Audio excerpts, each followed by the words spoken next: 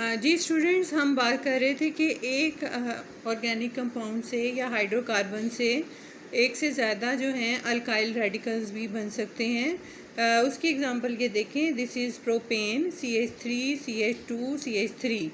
अब अगर हम टर्मिनल कार्बन एटम रिमूव करेंगे, टर्मिनल यानी हाइड्रोजन एटम रिमूव करेंगे जो लास्ट में है, तो ये होगा CH3 CH2 CH2। तो ये एन प्रोपाइल होगा, नॉर्मल प्रोपाइल, ये रेडिकल बन गया। लेकिन अगर हम ये जैसे सेंटर से हाइड्रोजन रिमूव करते हैं, it will become CH3 CH3, तो ये बन जाएगा आइसोप्रोपाइल। इसी तरह हम जो है एक हाइड्रोकार्बन से मोर देन 2 जो है उसके रेडिकल्स बना सकते हैं।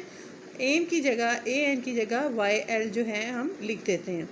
अब आपका होमवर्क ये है कि आपने ये सेल्फ असेसमेंट सॉल्व करनी है, इथेन, ब्यूटेन एंड प्रोपेन, और आपने इनके जितने रेडिकल बन सकते हैं अल्काइल रेडिकल्स वो बनाने हैं, और आपने कंडेंस स्ट्रक्चर फार्मूला लिखना है, सिर्फ मॉलिक्यूलर नहीं लिखना।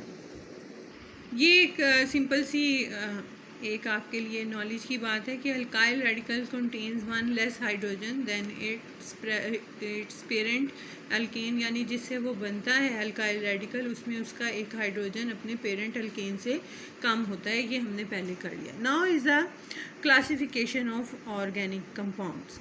There are millions of organic compounds. It is not possible to study each compound individually. To make their study easy, they are classified into various groups and subgroups. It is helpful to pick out these compounds which have similar structure. क्या है कि क्योंकि इनकी बहुत ज़्यादा तादाद है, millions of organic compound हैं, इसलिए वन बाय वन इंडिविजुअली सबको पढ़ना जो है मुश्किल है, तो इसलिए इनके ग्रुप्स बना दिए हैं और सब ग्रुप बना दिए हैं। और किस बेस पे बनाए कि जिनके सिमिलर स्ट्रक्चर हैं उनको अलग अलग कर दिया है। So you will learn here the classification of organic compound on the basis of carbon skeleton, यानी कार्बन की अरेंजमेंट पे बेस करते हुए उनकी क्लासिफिकेशन की गई है। They are broadly classified into 2 main groups. Basically इसके 2 मेन ग्रुप हैं, ओपन चेन कंपाउंड्स और एसाइक्लिक कंपाउंड, closed chain और cyclic compound. First is open chain compound. Open chain compounds contain an open chain of carbon atom. For instance, जैसे कि ये example देखें, propane simple, butane, isobutane. अब ये isobutane कैसे बना, ये आइसोमर्स कहलाते हैं जिनका स्ट्रक्चर फार्मूला चेंज होता है, लेकिन मॉलिक्यूलर फार्मूला जो है वो सेम होते हैं, और ये आइसोमर्स कहलाते हैं। ठीक है। और ये देखें प्रोपेन, ये pentane, isopentane.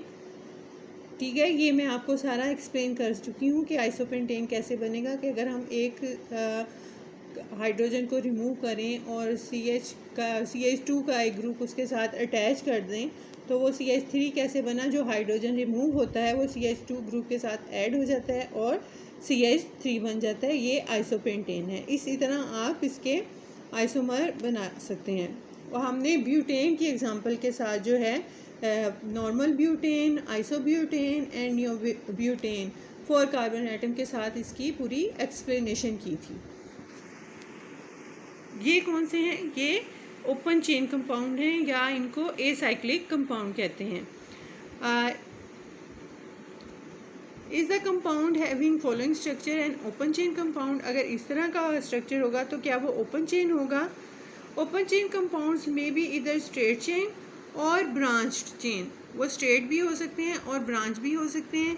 Those compound which contain any number of carbon atom joined one after the other in a chain और रो आर कॉल्ड स्ट्रेट चेन। ये स्ट्रेट चेन है, प्रोपेन और butane. Next point is those compounds which contain carbon atom on the sides of chain are called branch chain. अब इसमें देखें जैसे neopentane है, which of the following is a branch chain compound. अब इसमें से आप देखें, ये आइसोब्यूटेन भी ब्रांच चेन है, ये स्ट्रेट चेन है और ये ब्रांच चेन है क्योंकि साइड्स पे कार्बन एटम इसके मौजूद हैं। Open chain compounds are also called acyclic compound. Next is the closed chain. और cyclic compound, organic compound which contain rings of atoms are called close chain और cyclic compound.